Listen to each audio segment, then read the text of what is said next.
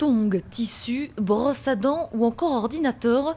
Non, ceci n'est pas une décharge, mais bien un centre artistique niché en plein cœur de la capitale du Zimbabwe.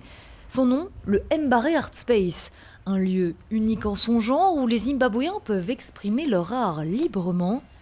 Et c'est le cas de Tashinga, il vient ici tous les jours depuis 9 mois pour travailler sur ses œuvres.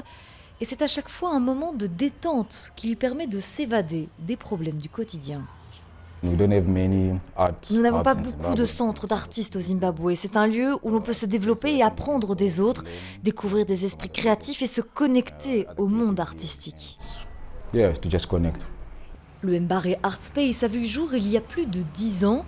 L'un de ses fondateurs, Moffat Takadiwa, un artiste de renommée internationale, a mis en place cet espace artistique et vivant en opposition au quartier populaire de Mbare, l'un des plus pauvres de Harare.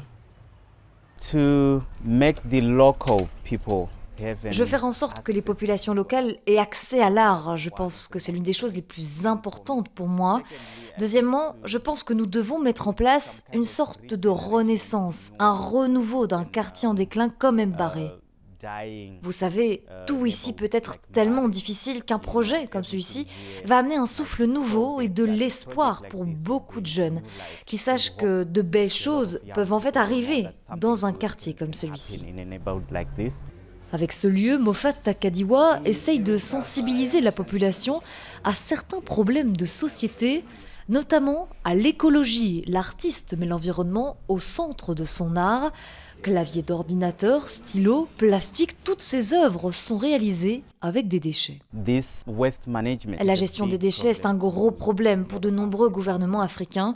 Surtout maintenant, avec les problèmes liés à la pandémie, c'est devenu réellement un enjeu de plus en plus important. Un espace qui permet donc aux habitants d'exprimer leur créativité tout en prenant en compte les enjeux environnementaux.